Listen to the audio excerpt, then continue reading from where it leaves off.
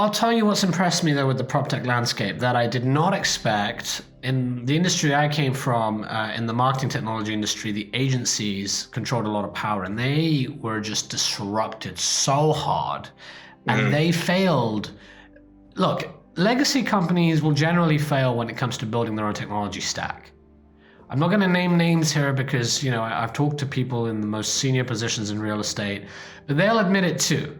We suck at building technology. Startups are great. But in the advertising industry, the agencies failed to acquire and failed to invest in startups.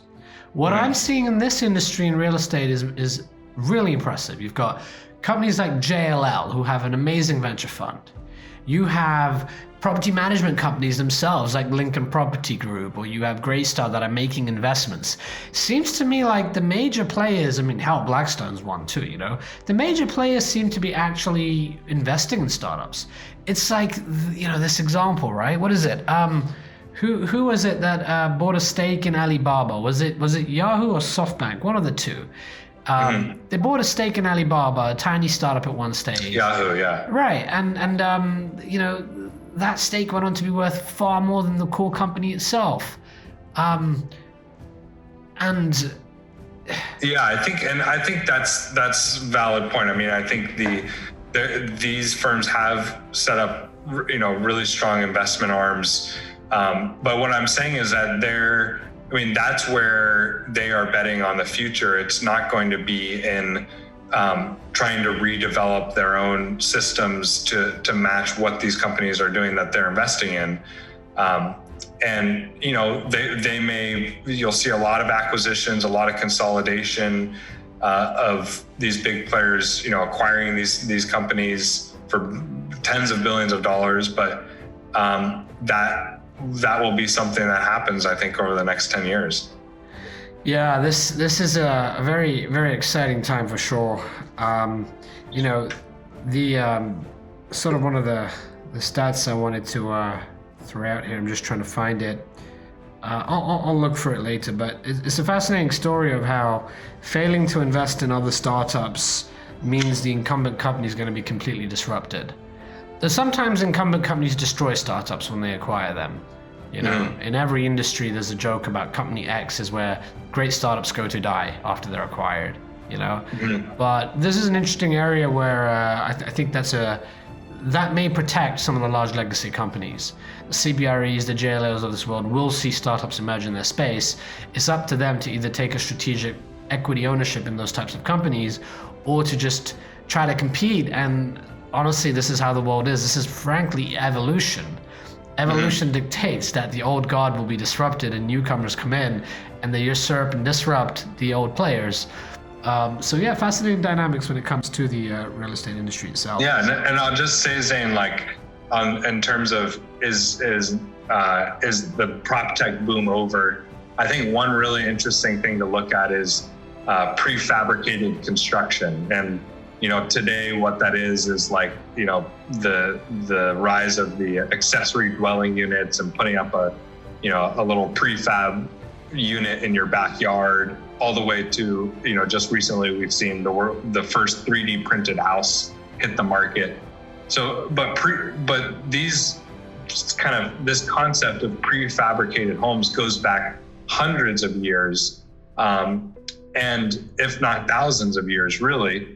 All the way back to, even the Roman times and doing the concept of prefab construction. But the thing that's changed over the years is the type of technology, the sophistication of technology that's available for people to use to execute on this concept.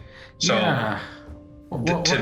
What's your thoughts on where that's going? And by the way, just before you talk about that, I just located the very interesting stat I wanted to talk about. So this isn't about SoftBank, this isn't about Yahoo, it's actually about Goldman Sachs. So Goldman Sachs, check the story out. So Goldman Sachs was offered the chance to invest $5 million for a 50% stake. And they decided to reduce that stake to $3 million because $5 million seemed far too risky. Okay. 5 years later, Goldman Sachs sold its $3 million stake for a 7x return for $22 million. It seemed like a huge payoff at the time, and it helped, their reputation because they made back so much money on their initial investment. But here's the crazy thing: if they'd held on to that stake, that $22 million would have been worth $200 billion before dilution was taken into account. I mean, that is the mistake of the century, and my bad, that didn't even come from a strategic player. That came from Goldman Sachs, so that's crazy. Yeah. So just something to digest there. So going back to prefab, we've had a lot of people on the show. We've had Boxable, we've had Jupe, and, I routinely talk to prefab companies. What's your thoughts on the prefab modular industry?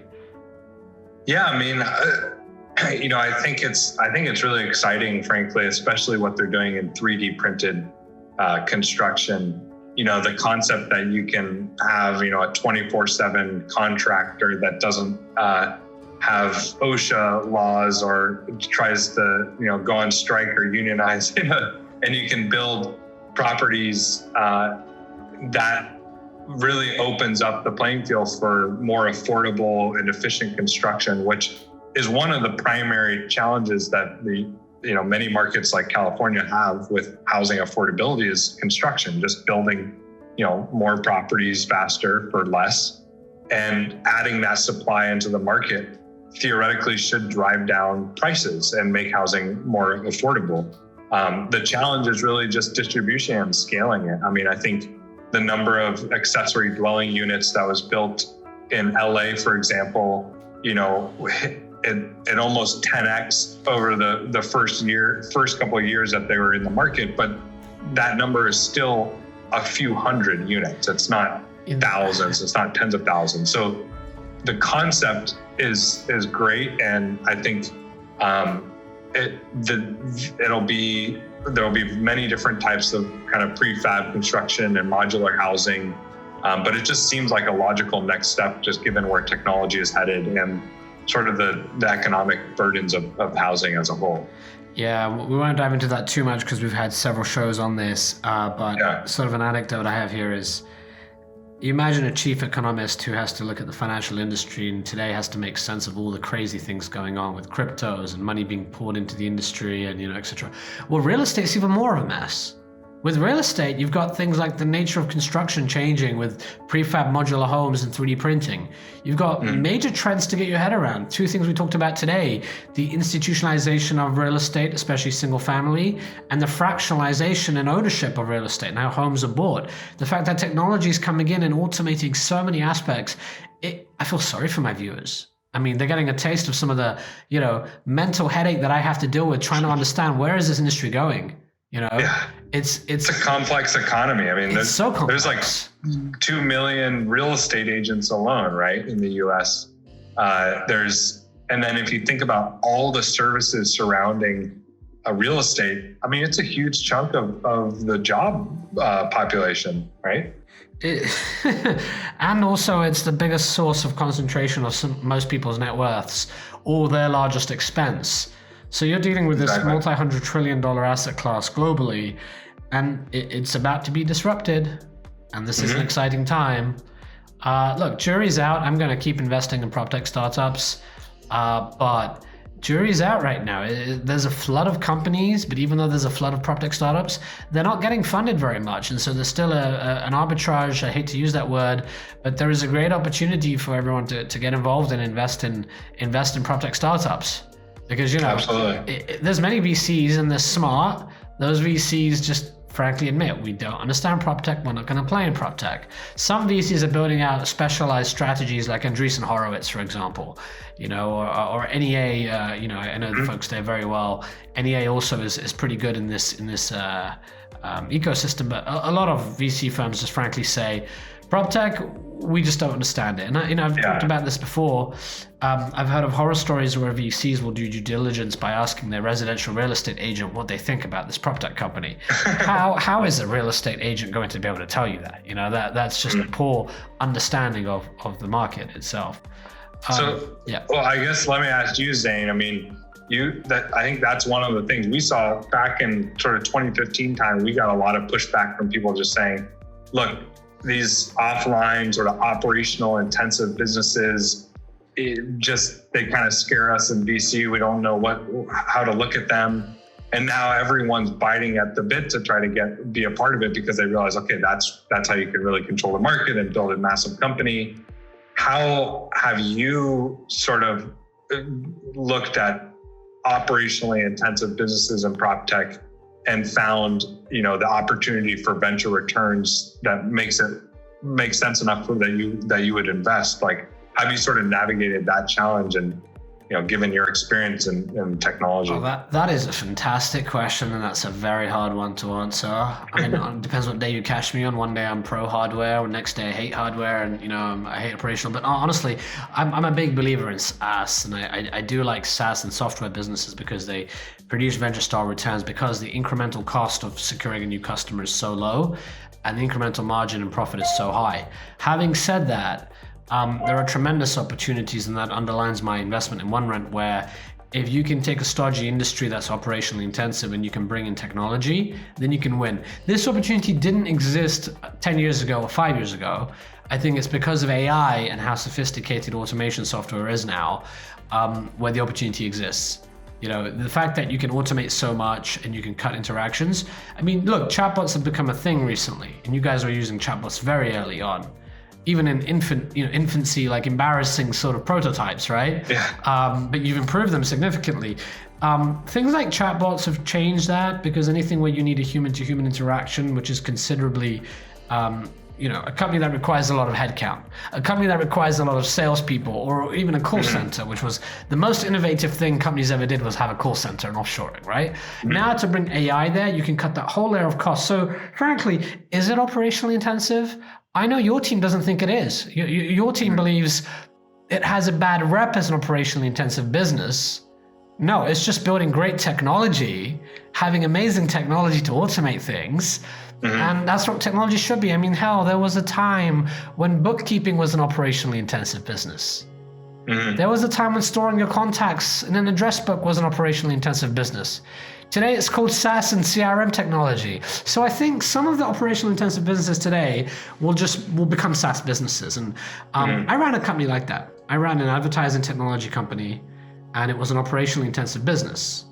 We weren't charging a SaaS fee. We were making money as a marketplace, where it wasn't even a marketplace. We were making money on ad spend. Right? So we were just enabling agencies, or we weren't enabling agencies. We were like an agency ourselves, but we had SaaS-like revenue margins. We had high gross margins, high growth rates. Our business went from $850K in the first year to 15 million in the second year to 56 million in the third year, all the way to 400 million plus, exit. And that just tells you that you can absolutely have venture style returns in businesses that are historically seen as operationally intensive. Some industries have a bad reputation, and that's when venture capitalists stay away. That is the time to be investing, right? You're going to get a lower price, you got your pick, and all those companies that aren't relying with their mouths open and hands out for venture funding, when you realize that VCs don't want to invest in my business, when you realize that no one's going to acquire me, you get back to the foundation of your company and you make it profitable and you make it sustainable and you do what's necessary. And that is when suddenly VCs are coming at you. People want to acquire you. I've been there. I've done that, right? There was a period after we raised our $25 million in venture capital for my last startup that I founded. There were a period of years where, it was hard, and people didn't want to acquire us, and we had the chance. We looked at getting Google once looked at potentially buying us, and that would have probably been, I think, 100 to 200 million, maybe 300 million if we'd done a good job, right? And then we had another opportunity to sell, and there were numerous tech companies in the mix there, and that was like a $250 million potential acquisition. And then Blackstone came in and got one hell of a bargain buying Vungle, the company I founded, for 780 million. And today that company's probably worth a few billion, I think, minimum. The valuation grows like crazy, and then it's suddenly obvious, And when you bring that valuation multiple to real estate companies, I mean, that because of that the ability to expand margins with technology, that revenue multiple and valuation multiple is high. It's going to be huge. It's going to be huge. I came from an industry in advertising technology that was preceded by a string of failures. And, WeWork was seen as a failure, although now they're going, public via the SPAC, right? WeWork sort of made people be like doomsday for real estate and PropTech. And then as COVID hit, even more so because all these co-living companies went to zero or had to pivot significantly and change their models. Then Airbnb went public, right? Now, there's a SPAC for Open Door and there's a SPAC for Porch and there's so many PropTech companies going public. Knock, they're looking at it now. Right. Suddenly it's hot. And I don't know where it's going to go, but the market size is huge. So I think, I'm trying to answer your question succinctly.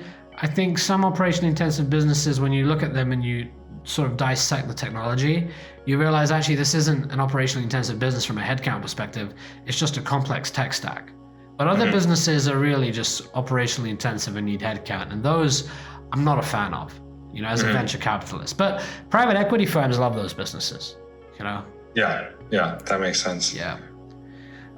Chuck, back to you. Any final pieces of advice, wisdom, or things you want to share for people listening? No, I think it's really great to chat with you, Zain, and hear a little bit about your own. I think you're in a unique position, being a very active real estate investor yourself, and also investing in PropTech. So always very valuable to get your perspective on where those two collide. I guess like you said, in the spirit of widening the opportunity for all of us, I invite people to come join the PropTech revolution, because it's going to be a big one, and there's going to be a lot of big companies that come out of it. Absolutely. Great notes to conclude on. Thank you so much for coming on the show. All right. Thanks for having me, Zain. Okay.